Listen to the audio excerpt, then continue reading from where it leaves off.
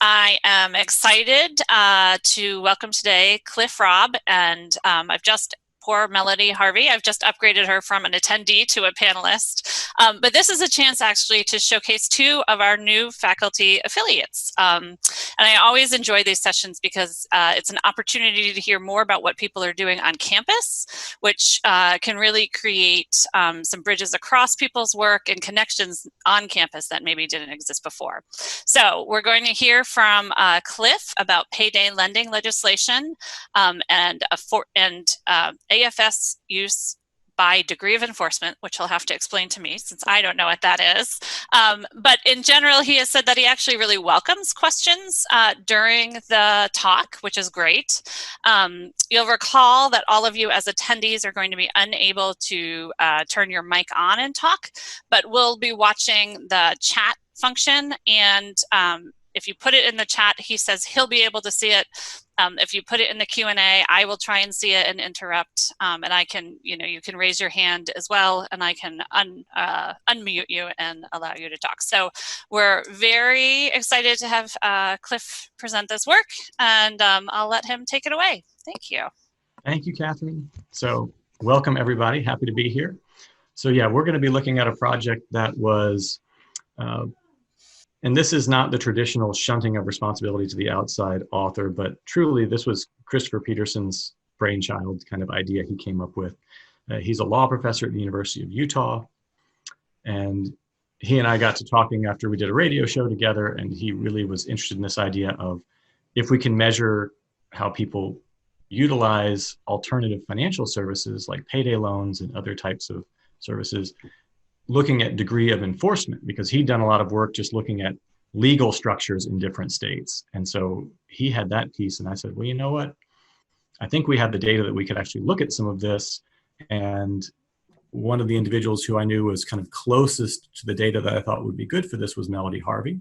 So I contacted Melody and asked her if she'd be interested. And so we kind of formed a quick team with Chris kind of leading the ideas, Melody managing the data analysis component, and me kind of just helping everything gel. So that's kind of how this came about. So the proper title for this is Law and Order, Associations Between Payday Lending Legislation and AFS Use by Degree of Enforcement.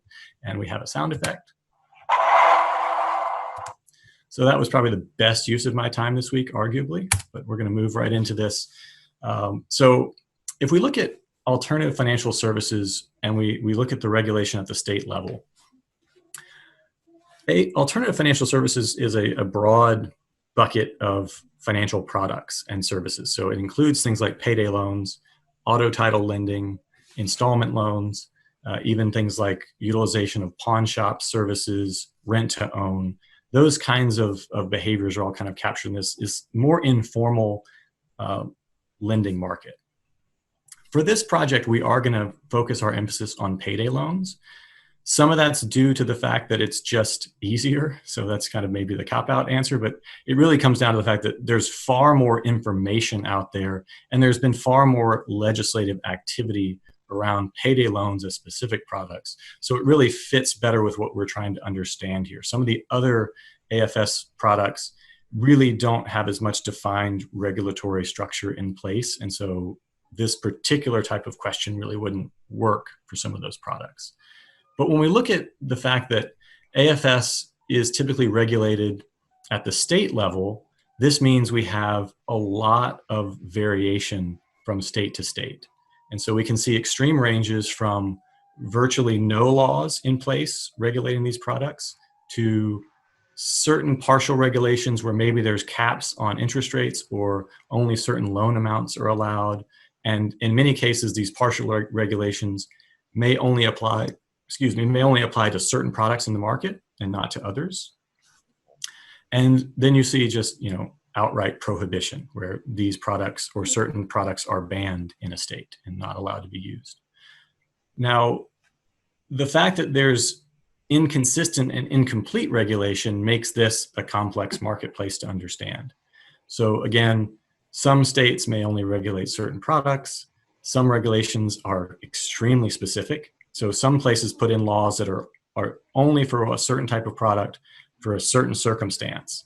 And so this allows lenders to adapt very easily and change, make adaptations that just like they can modify how they're offering their products, and they just get around the law in that way.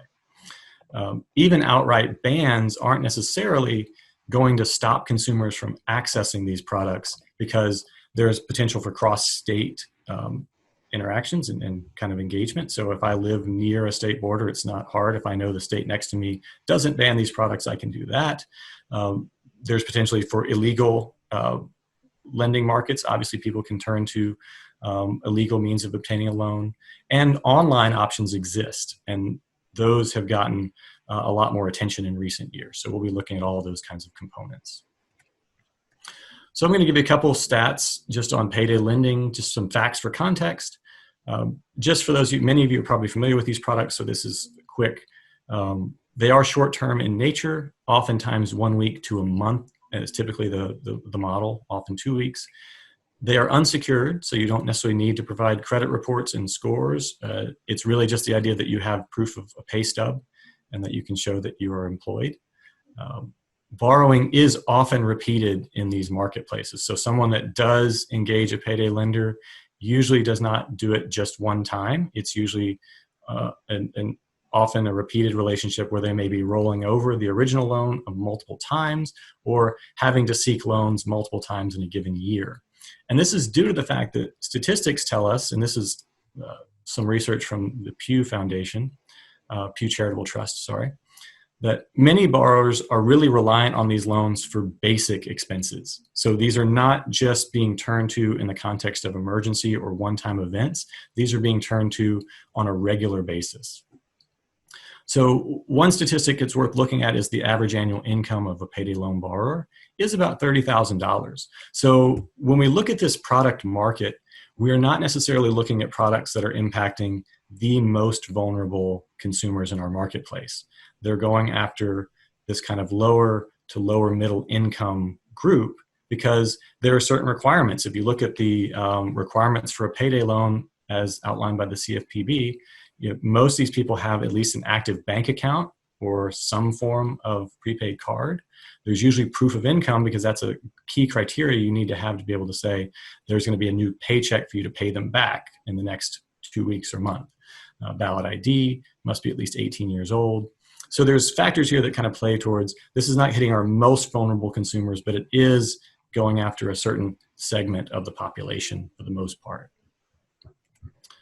If we look just really briefly at kind of the history of payday lending, regulation of lending markets has long been relegated to states. And it's fun to say regulation is relegated because they sound really similar.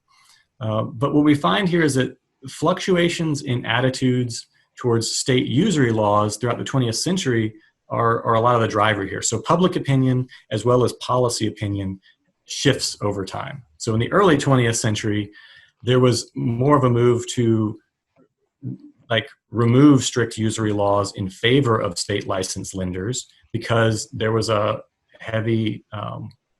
strong illegal marketplace. And so people were having to turn to illegal high interest loans, and public policymakers recognized that if we just allowed legal entities to offer high interest loans, even at high interest rates, that would be more attractive societally. That helped the payday lending industry essentially evolve, and it's seen massive growth in the 21st century. So statistics from Pew suggest that roughly 12 million Americans use payday loans annually. This generates billions of dollars in revenue from fees, estimated $9 billion of fees in 2016. So this is not obviously a small industry by any means. The new concerns over consumer safety have arisen with advocates basically arguing that this marketplace has gotten a little bit out of control and that vulnerable consumers are now being charged unconscionably high interest rates. You may be able to hear dogs barking in the background. It's going to happen some.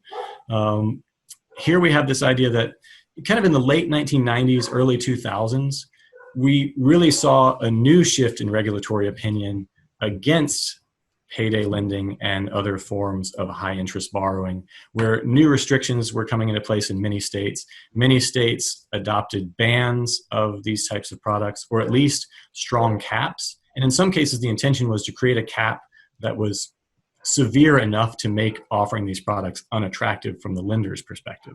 So the idea is making it just not worth it. So more recent years, we've seen, again, adaptation on the part of the market. Whenever a law comes into play, we know markets tend to adapt. And so what payday lenders have done is they've certainly looked at other ways they can offer their products that don't essentially violate the regulations in place. And in some cases, lenders have found ways in which they can offer across states in the form of online lending. And so the fact that these online lenders exist make it a little bit more difficult for these outright state bans to be as effective as they could be, because it's not as easy for states to pursue legal action against these online lenders and entities. It does happen, but it's not as easy. So let's look a little bit at kind of the literature review that kind of helped form our thought about building a model here. There's a pretty strong literature on how payday loans or other AFS products can impact consumer welfare. So it really wasn't the intention for this particular project to expand on that argument. We really weren't looking at that end of the data. There's been a lot less research trying to determine what does the regulatory environment, or how does the regulatory environment actually impact consumer behavior and utilization of loans. And so if we look at this notion, the Pew Charitable Trust has done probably the most research in this space. So data from 2012, they did look at this notion of legal restrictions and payday loan utilization, and their basic results were that it does appear that having strong legal restrictions reduces use of payday loans. And in most of the models that were seen prior to this one, it's a look mainly at, is there a restriction or not? There has been some research by Pew on trying to grade the essential strictness of regulations, and that's really going to be at the heart of what we're doing. There's also prior evidence from Barth et al. From 2016 that noted evidence of lenders essentially concentrating in states that have more lenient regulatory models, which we would be very, we would kind of expect, right? The idea that these lenders have a high incentive to recognize where their services are more easily offered and where it's easier for them to operate, and they're going to move to those states because the money is the same depending on which state you're in. So for our analysis, we had this kind of central question of, well, how might the actual enforcement or regulatory environment impact AFS use? So when laws come into play, what does it really do in the context of consumer behavior? And so what we're acknowledging in this question are concerns that simply creating a law doesn't necessarily change things for consumers. And this is due to the fact that if enforcement is not consistent and enforcement is not aggressively pursued, lenders might quickly learn, yeah, X law was passed, but it turns out that law has very little teeth and we can continue to operate in a way that is maybe just a slight modification and it doesn't really impact us that much. So we're concerned that in some cases, maybe just the fact that a law exists on a state's books doesn't necessarily change the marketplace that much. We're also acknowledging that very narrow frame regulations, i.e. specific regulations on specific products, may be weak in impacting outcomes because the payday lending market and the AFS market as a whole is, a profit-based industry, and people are clever and they figure out alternative ways to kind of market their products. So all they have to do is make a slight adjustment to maybe the structure of the contracts. Maybe they change some of the ways in which they make money and they model it differently. And so these very narrow regulations may not have the ability to influence this behavior well at all. So we kind of led in with two basic hypotheses.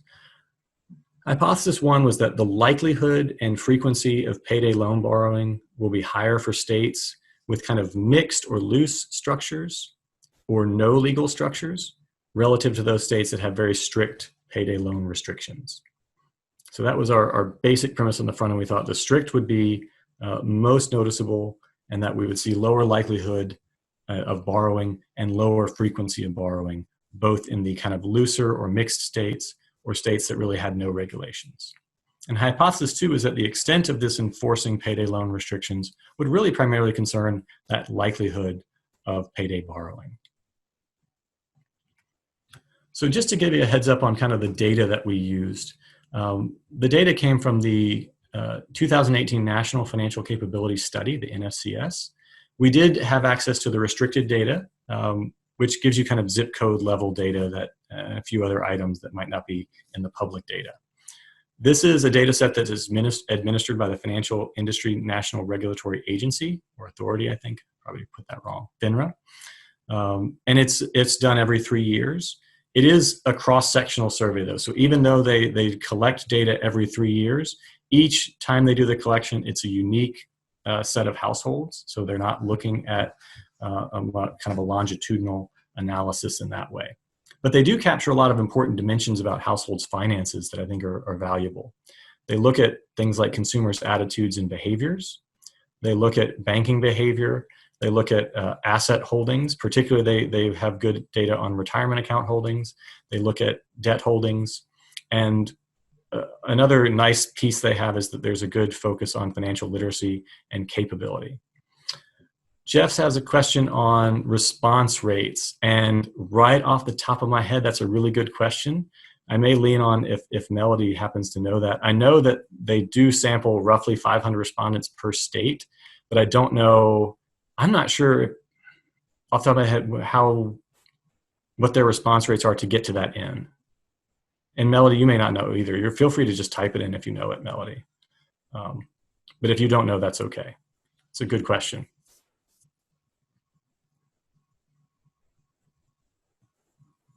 Okay.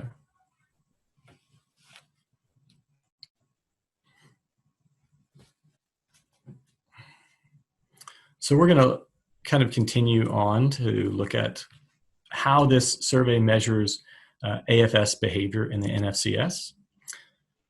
So they ask about specific AFS use, and they also ask about how many times. And we're going to see there's some nice limitations to this data that we'll discuss as we go through. They ask how many times within the past 5 years, which is a pretty generous window to ask people to recall on. But they do ask specific questions on auto title, payday, refund anticipation, pawn shop services, and rent to own. We're really focusing again on just the payday loans for this particular paper.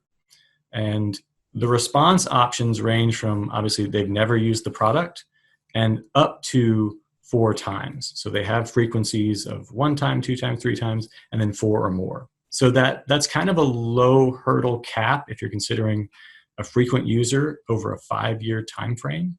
And so that's going to be a significant limitation that we have to kind of acknowledge right on the front end. But non-response is fairly low for these particular questions. So if we actually look at response rates on questions that we care about, these NFCS questions, I forgot this is in here, thanks Melody, it's about 1.8 to 2.2%. So that gives us a sense overall with regard to who's answering these questions within this survey.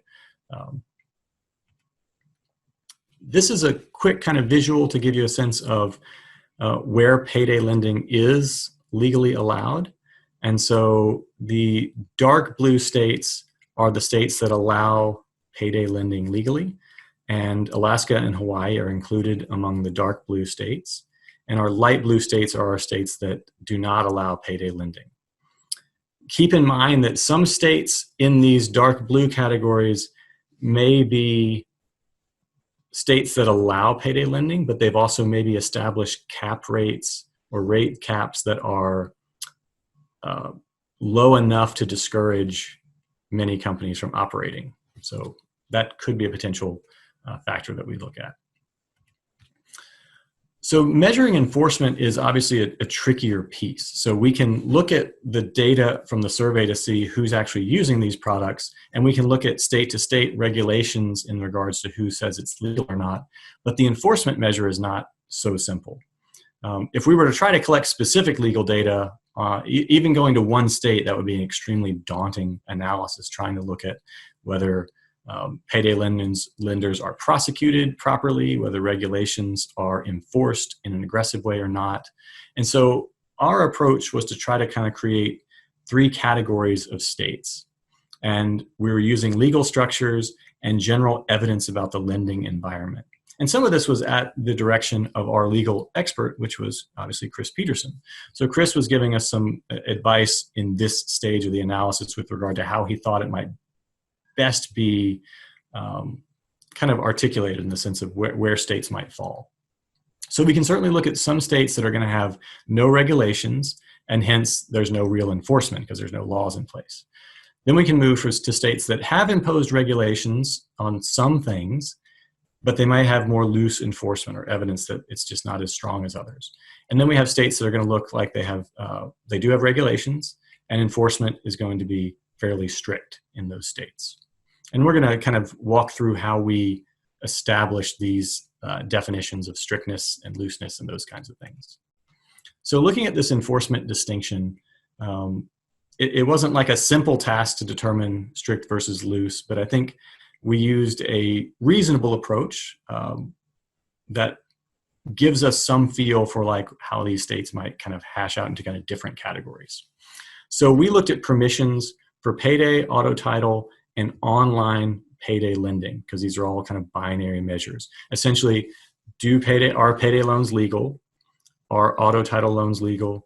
And do online payday lenders operate in that state?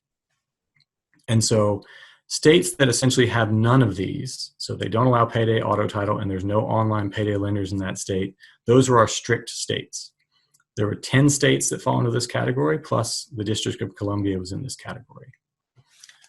States that had one or two permissions, so they maybe allow payday lending or auto title, or they don't allow payday, but they have payday lending online lenders operating in those states, those are going to be our loose or moderate states.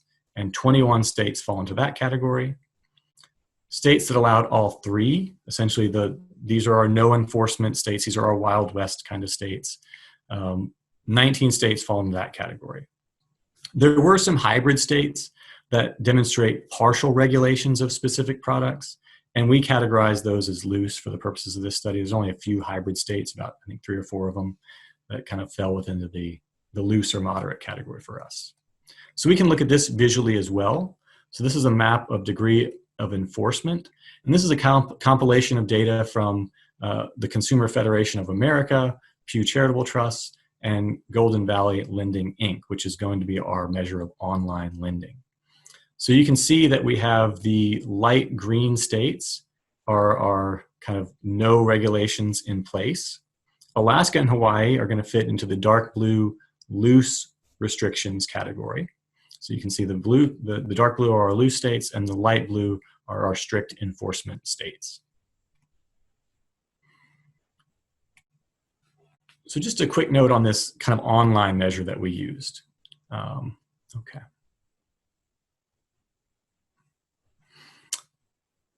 Jeff makes a good point that we could have considered maybe another more extensive margin notion of enforcement, such as counts of state personnel or something like that.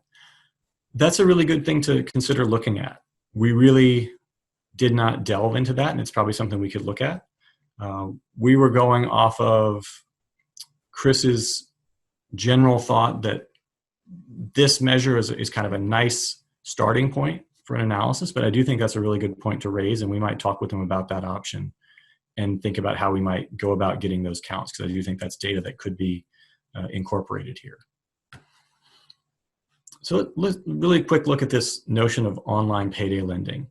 Again, it's a less straightforward measure, but essentially what we're doing is we're observing where these large national payday lenders choose to operate. And we're using one, again, this is a true case where I can push this off on the author that is not present, which seems mean, but it's the reality. So Chris's idea was, let's use this one, Golden Valley Lending, Inc.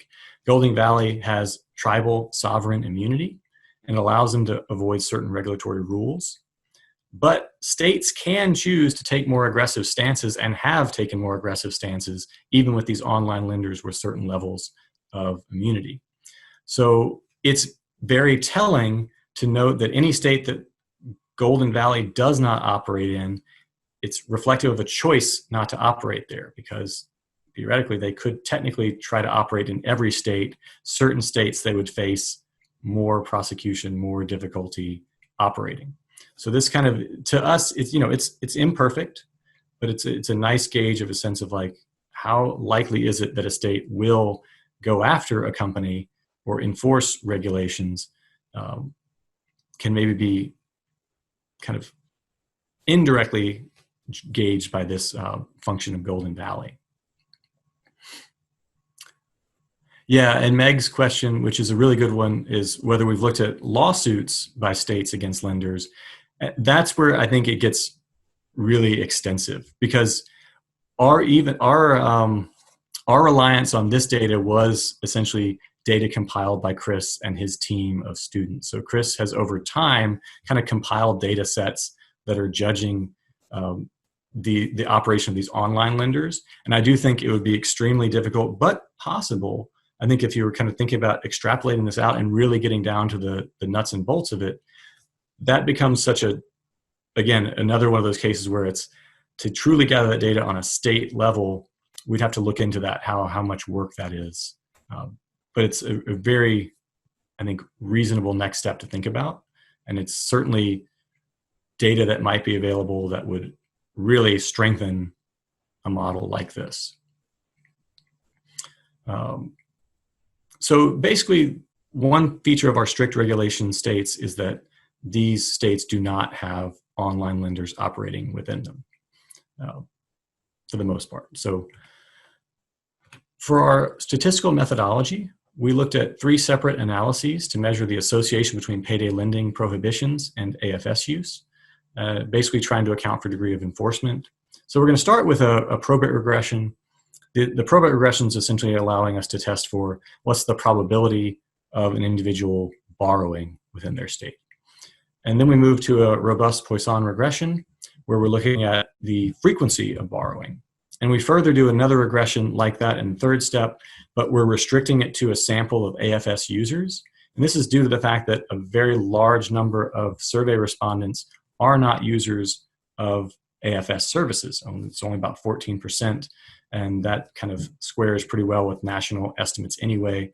So we felt it was really nice to kind of check that regression against a smaller population of AFS users in that circumstance. So the model form is presented thus here. So we can see that we're basically looking at the dependent variable as a binary indicator. The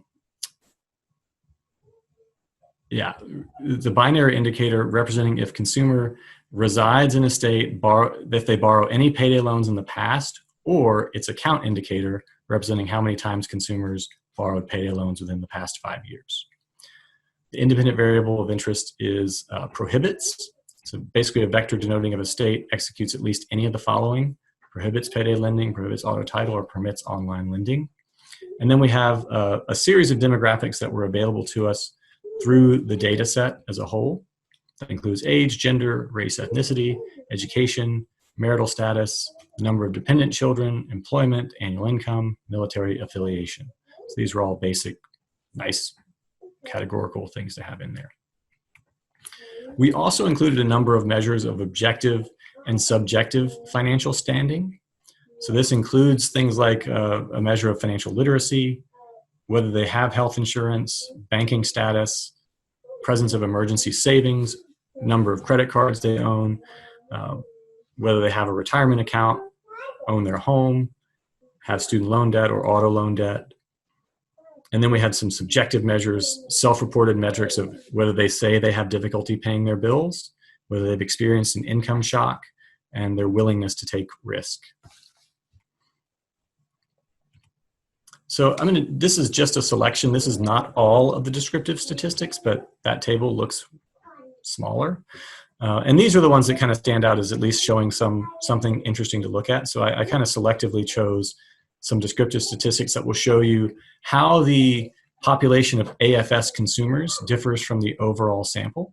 And so we can see that it's more likely to be non-white, more likely to be single, higher rate of employment, and that's obviously, given that this is payday lending, that would be expected since you need to have a paycheck or steady income to qualify. Lower percentage college graduates, younger overall, they skew to be younger. And then you can see the income there, where the majority of our Payday or AFS consumers are kind of falling in that 15,000 to 50,000 range. And it's less among the lower income tier in this particular behavior. And we can see a higher military affiliation. So these are all kinds of things we would expect, just kind of looking at the literature on use of alternative financial services. Typically lower to middle income, younger individuals. We also provide some select descriptive statistics for kind of the subjective and objective financial circumstances.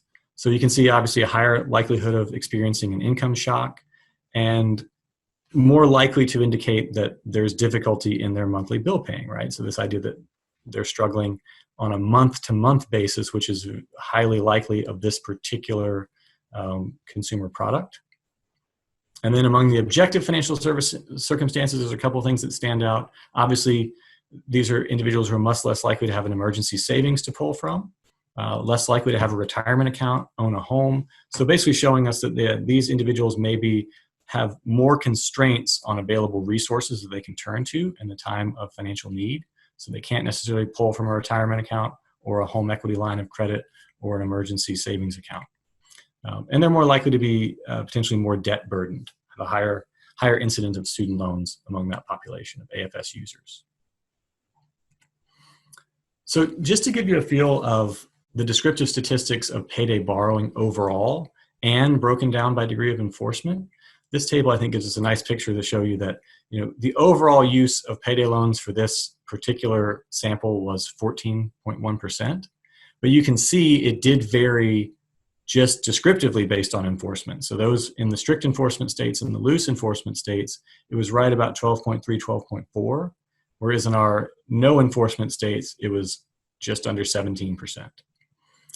And if we look at the mean frequency of borrowing, for the entire sample, the average individual in this sample borrows payday loans about 0.34 times in a 5-year period. Whereas if we turn that into looking at AFS consumers alone, it's about 1.18 times in a 5-year period. So we can see, obviously, as we'd expect, much higher incidence of use among that population. And we can see variation in frequency when we look at strict, loose, and no enforcement. So those numbers all kind of track in that way. So just from a descriptive standpoint, it does appear that our descriptive results support earlier findings by the Pew Foundation that having some enforcement does impact borrowing behavior in these markets. So let's start by looking at the Probit regression results. And later, I do have appendices where the full tables are provided if you're interested in looking at full tables. I do put the model statistics for the econ nerds out there in the crowd.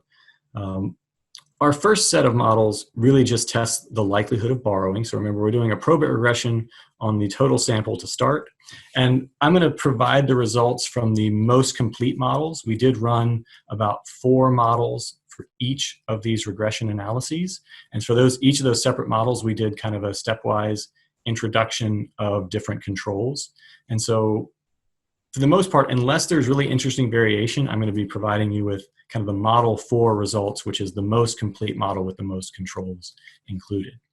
So in our first set of models, we saw that using strict enforcement as our reference category, consumers in the loose enforcement states were not any more likely or less likely to borrow. So we did not notice a significant difference between strict or loose enforcement. We did notice, however, that if you had an example of no enforcement states relative to strict enforcement, there was a much higher percentage point, there was a 3.6 percentage point increase in likelihood of borrowing payday loans.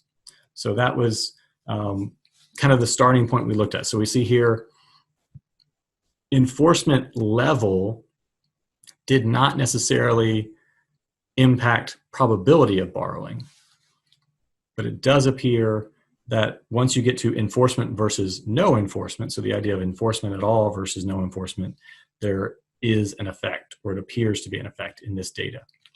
So this suggests that hypothesis 1 is only partially supported, because we really believed on the front end, and again, I'm going to blame Chris on this one, even though I was on his side.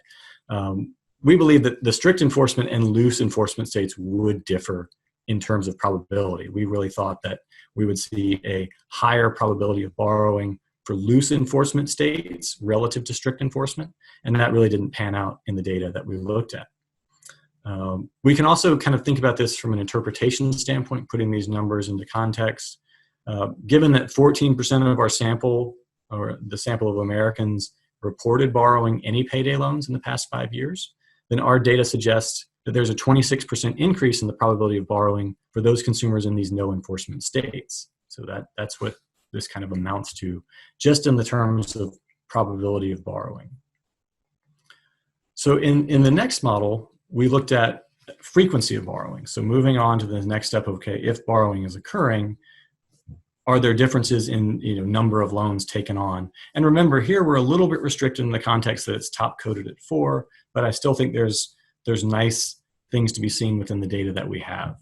So for our robust Poisson regression results, we saw that using strict enforcement as a reference, consumers in loose enforcement states did not demonstrate any difference in borrowing frequency when we only controlled for demographic characteristics. So in model 2, we incorporated only demographic controls, and we noticed that strict or loose enforcement, really no difference in frequency of borrowing when we just had those controls.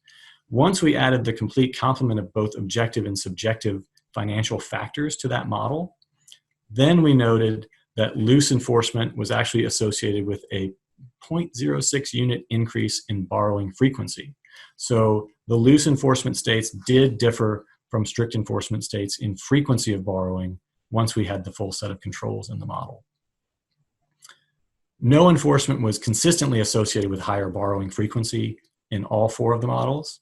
So in model 4, no enforcement is associated with a 0.124 unit increase in the borrowing frequency. I'm going to let Melody answer that question text-wise.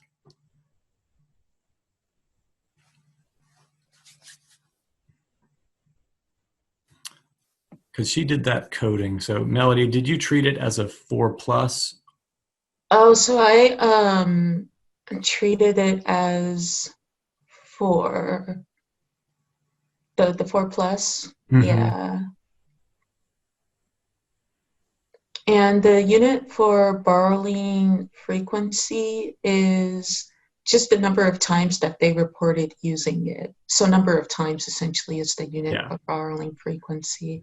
And we will also, yes, we can definitely, sorry about that. We can read the questions as we answer them.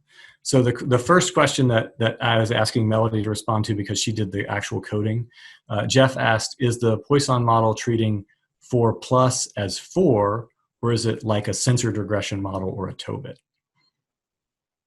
And then the second question was, and what is the unit for borrowing frequency?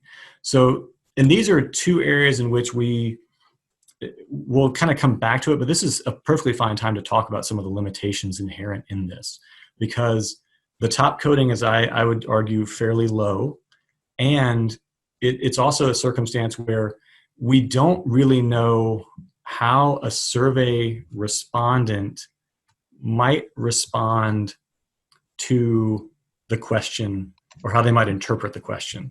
So if somebody borrows a payday loan and ends up rolling that loan over, do they consider that to be one payday loan that they've used, or have they used payday loans twice?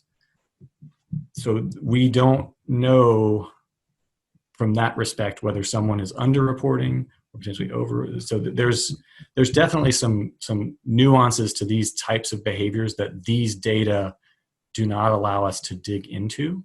And so we kind of have to acknowledge that limitation on the front end. And then Catherine asks, how much of an increase is it? Oh, Jeff has a good question. What fraction of those in the any payday loan are in the 4+ category? I'd have to look back at that. Do you remember offhand, Melody? I don't remember completely offhand, but it is pretty low. I think it is. I definitely don't think that it exceeds like 5% or something like that. Okay. Yeah, because it's already a small number in the sample that's using these products. And I think it's a pretty tough threshold to have people recall 5 years that accurately. So I think there's probably a little bit of downward bias even in that aspect. Yeah, we can, and to Catherine's point, maybe it helps if we kind of look at the next slide in terms of interpretation of these numbers. Is this kind of what you're looking for? So yeah, sorry, Cliff, to clarify, so yeah, it's 3.5% that report using 4 or more times. Perfect. Thank you. See, this is why she's here. Just save me. So yeah, so let's look at kind of, if we were looking at these regression results in context of, again, of the numbers that we have, we saw that the average American uses payday loans about 0.34 times over a 5-year period. So we can see that if we look at just loose enforcement and the numbers we were producing in these estimates, it's roughly associated with an 18% increase in the frequency of borrowing over that 5-year period, whereas no enforcement is associated with a 36% increase in frequency of borrowing. And again, these are both in reference to strict enforcement. I think that it's probably a debatable question on the practical significance of these effect sizes. So I think Catherine raises a good question about whether, are these big or small effects? Again, we're dealing with a smaller population of users, and this is one of the reasons why we set up kind of the next model where we're really looking at, can we also look at these results amongst AFS users only, because it's relevant to do that. And then do we look at, question from Jeff is, did we look at any treatment effects on just the fraction with 4+? One might argue that folks who only use it once or twice are not really a concern. We did not restrict down to a sample of just the 4+ users at this point, but it is something we could certainly look at. The most we did obviously is in this current slide I'm showing, where we did kind of restrict to AFS users. I think it's still valuable to consider the once or twice users in the context of this behavior, because even though this is, I think there's some bias in this kind of self-report measure, evidence suggests a healthy number of individuals that ever use payday loans oftentimes become regularly reliant upon them. Okay, so not necessarily a sample restriction, Jeff says, but using an indicator of 4+ as an outcome with 1, 2, or 3 coded as 0. We could look at that. We have not, I don't think we ran that specification in any of our tests, did we, Melody? No, we didn't, but that's a good point. We can that'd be something do it. Yeah, we'd be happy to look at something like that. I think that's a great idea. So if we look back at this, we're kind of looking at the regression results where we condition things on AFS use. We're going to have obviously a much smaller sample size, so we're restricting now down to, and the sample size I'm showing is for the complete model with all controls. So in our final set of models, we're looking at that, again, frequency of borrowing. And in pretty much all cases, in all 4 of the models, loose enforcement was associated with a higher frequency of borrowing, about a 0.23 unit increase in the final model. And no enforcement was associated with a higher frequency of borrowing, about a 0.37 unit increase in the final model.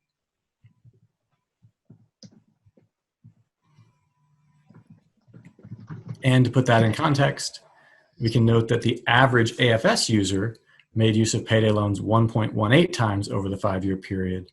And so our results would suggest that loose enforcement is associated with about a 19% increase in frequency of borrowing, whereas no enforcement is associated with a 31% increase in the frequency of borrowing.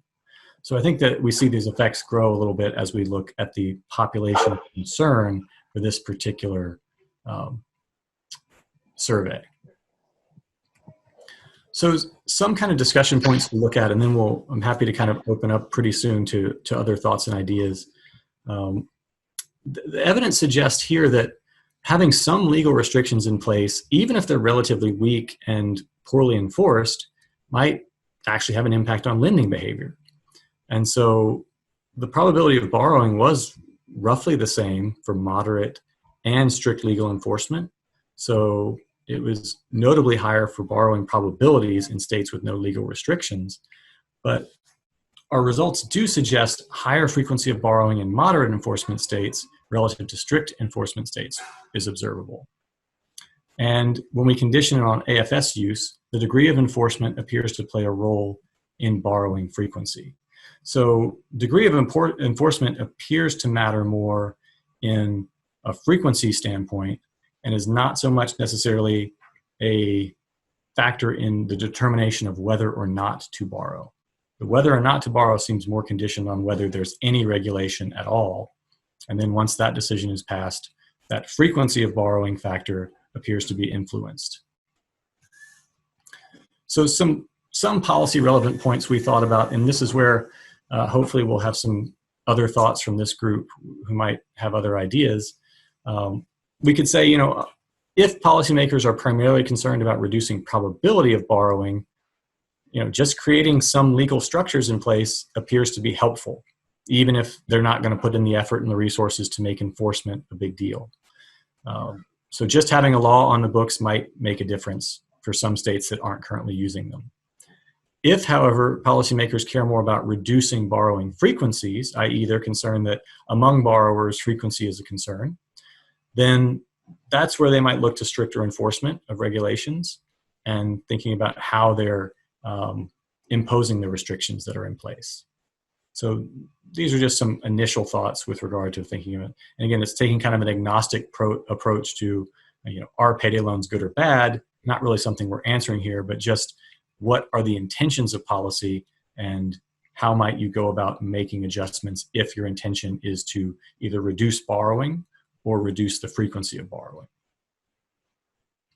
So again, those limitations I mentioned, pretty extensive. The data are cross-sectional, and it's a single wave of the, I typed in incorrectly, it's the NFCS. So this is really only allowing us to look at associations. Changes in the enforcement measure really aren't going to be captured in this analysis, so it could be that over the 5-year time period, things happened. We did do a look back, and with Chris's help, because he had data going back, and his suggestion was that most states over the time period we were looking at were pretty static. And even those that changed, it was very modest changes that he really didn't think would weigh too much in. But that's definitely something to consider as a limitation, that we don't have that type of information captured here. The NFCS, as we've mentioned a couple times based on some of the questions we've had and discussed, it is really providing us with an imperfect measure of payday borrowing because of the top coding of the frequency. It's also unclear how someone might view the number of loans they've used, whether they consider a rollover a brand new loan or if it's just the same single borrowing experience. Because if somebody could technically, many states allow multiple rollovers of a loan, somebody might report they've had one payday loan, even though it maybe went on for 6 months worth of rollovers. Existing controls in the data set are also all primed for a 12-month time frame. And I have no idea why they did this. I've even talked to the developers of the survey. They don't really have a good answer. For some reason, they framed AFS behavior as a 5-year window, and everything else in the survey is based on the past month, or past 12 months. So those are just some factors to look at. There's a couple pretty tables in here if anyone wants to look at the raw tables, which shows all 4 models. But otherwise, I want to kind of take the time to allow any other questions if people didn't want to chat in. If they have thoughts, ideas, things that can help us out in taking this paper forward, we'd love to hear it.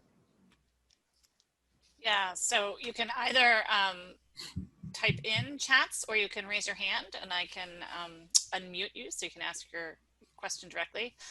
I'll start with just one quick question. Obviously, well, not obviously, not my area of expertise at all. So super interesting to learn about it. Are there, when states have like enforcement or laws on the books, are they likely to be taking any other measures that might be reducing people's use of payday loans? And I'm trying to think about what these might be, but greater availability of emergency funds through TANF or any other ways in which they might be providing similar services or services that might function in a similar way, so that you'd be worried about not picking up enforcement, but picking up, other approaches? Yeah, that's a good question. I'm not sure. We'd have to kind of explore that. So whether states are essentially creating more alternatives for consumers that might be more attractive than these types of loans. Yeah, that's not something I've looked at in detail, but it's a really good question to raise, and we could probably spend some time on that. I know we can consider, we considered early on whether to even look at things like stuff that I know Meg, who was in the session, because you asked a question earlier, where you look at things like number of lenders operating in states. You can look at those kind of measures even to kind of gauge amongst these states that are looser. You might be able to gauge some degree of variation within that context just by looking at how many payday lenders are operating in that state and to what degree they're operating, because we know they cluster. We know they find regions that are more amenable to their services from an operational standpoint. So that I think you're right. There may be some level of looking at the overall state policies outside of just regulating payday lending that may have some insight, and that could be incorporated in here. And then Michael asked, I think, can everyone see some of these comments, or am I the only one seeing that? Michael Collins. Yeah, so you can, if it says from all panelists. Okay, good. But Mike's just asking the panelists. Yeah. It's the default, unfortunately. That's okay. Yeah, so Michael asked, do you know if these states had tracking databases to monitor how many loans people used? That would be something to look at. Again, you're making us do a lot more work with that question, but I guess I can respect that. So maybe we need to do some more digging on these, to look at some of these state level databases to kind of cross-check those numbers. And then Meg made a comment, and that was thankfully to all panelists. State changes in enforcement over the past 5 years in the FINRA data. She's wondering if we might be able to look further back and use FINRA data in 2009 when states were more active in making changes. And I know we definitely considered some variation of multiple waves. I can't remember, Melody, did we ever do any digs into older data? I thought we only went back to 2015 initially. But it would be something we could do, because yes, FINRA has been creating these data sets as early as 2009, and so every 3 years since then. So I know we've discussed looking back in earlier waves. Yeah. Because I was trying to convince Chris that we should do that so that we can have a diff, because that's where my mind goes. Yeah. But yeah, I think that's actually an excellent point about rechecking analyses using the 2009 data when we know that there was more activity in regards to changing payday lending regulation, especially those that decided to outright ban payday lending from the state, and see if the results hold or if we see something completely different. Yeah, we that might actually be like a good robustness check too, I would argue.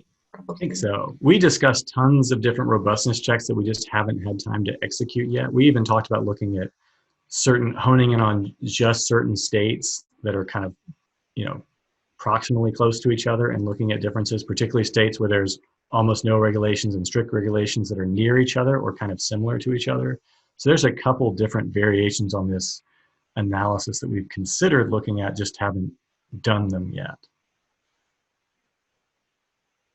But yeah, these are all great things for us to kind of look at, because we're really looking to kind of enhance and kind of build this paper out a little bit more before it kind of lands somewhere. Are any of the state changes over time related to lawsuits, or are they all just, make a complaint to a state and the state enforces what's written?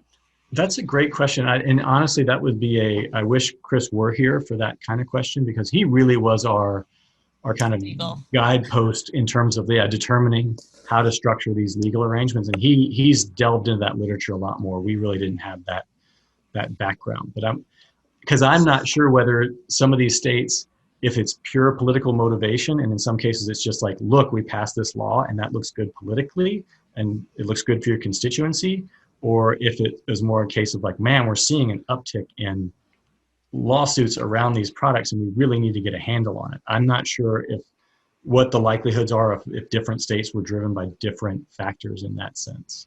So I don't know if it's by lawsuits per se, but I do remember reading like various advocacy type blogs and stuff. So for like the state of North Carolina specifically, for example, I know that there were concerns about constituents borrowing these loans and then ending up in substantial financial trouble as a result.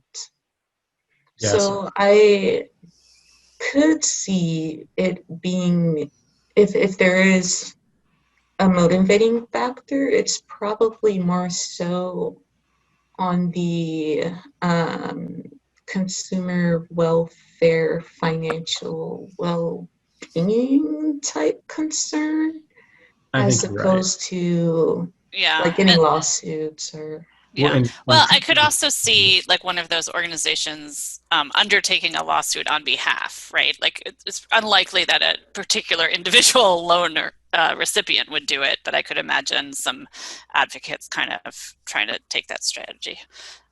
So. Yeah, and Chris has done a lot of work with Consumer Federation of America, which is kind of more of a consumer rights action group. And so I think Melody's right in the context that most of what we see is kind of a consumer advocacy demand push. And so that's probably more what they're responding to rather than, I think it's hard to kind of, tracking litigation is so much more complex and I think would be a headache. Yeah, I'm sure it would.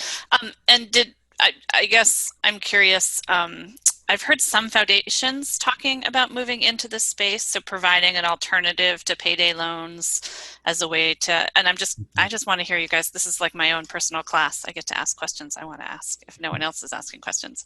I'm curious what both of you know about that or think about that, if that will impact the use of payday loans.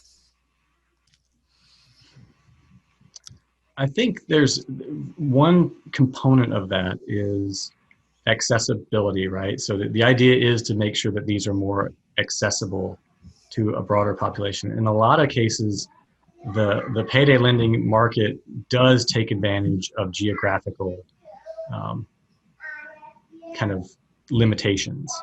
And so unless the state is really kind of thoughtful about how they're positioning not only the products that they're creating that might be offered from more formal banks or credit union structures, how those products might be offered, but where they're making sure that those products are located in terms of the marketplace. So making sure that not only are they accessible, but well understood. Those are probably the big hurdles there, but I do think it's a worthwhile issue to be looking at. I'll let Melody weigh in, and then there are one or two questions in the web chat I can pull out.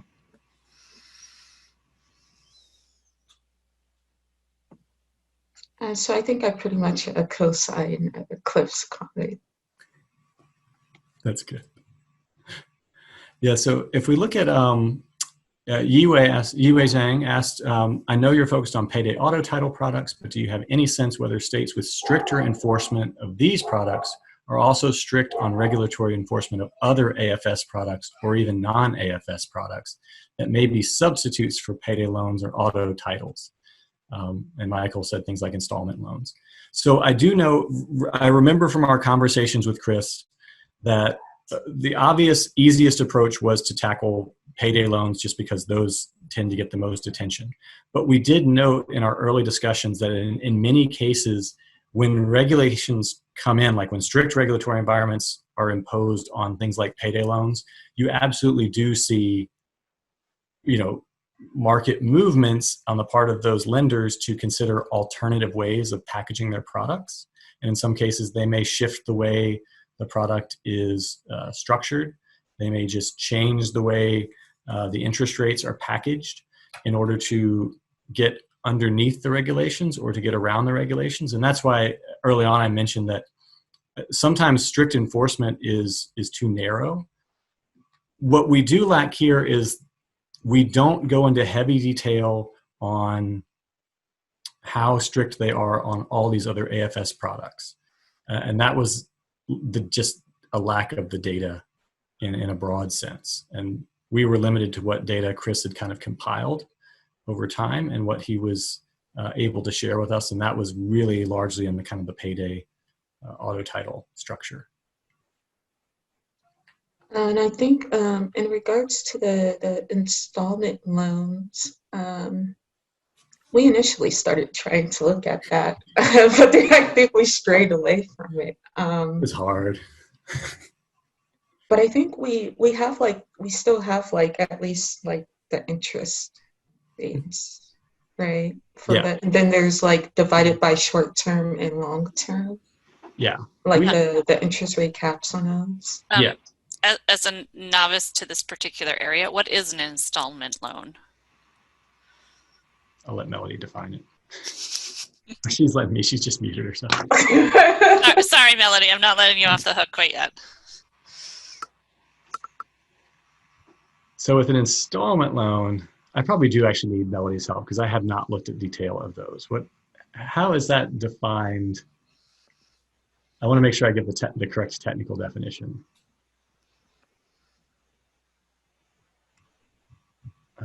Melody, are you going to help me out? Melody, I probably need. Yeah, UA's got it. Okay. Closed-end loans with periodic payments. That's right. So thankfully, UA knows. And that's different than a payday loan? Yeah, because a payday loan is based on your paycheck, which is going to be paid in the next 2 weeks or month. And so you're essentially getting an advance on your paycheck that you will then use your paycheck to pay back. Okay, I got it. Whereas an installment loan, they're giving you some money right up front, and they're just saying, hey, you're going to make these small periodic payments until it's paid off, and usually it's going to have an extremely high interest rate. Got it. Okay, thank you. Yeah. Cool. All right. Other questions? Yeah. Okay, well, I want to thank Cliff and Melody for their presentation. It was really interesting stuff. I certainly learned quite a bit. I want to also queue up, we have Carolyn Heinrich next week talking about virtual schooling in Milwaukee. So that, given all that's going on with virtual schooling these days, will be exciting for everyone as well. Again, Cliff and Melody, thank you. We look forward to seeing you on virtual seminars in the future. Thank you. Have a great day, everyone. We appreciate it.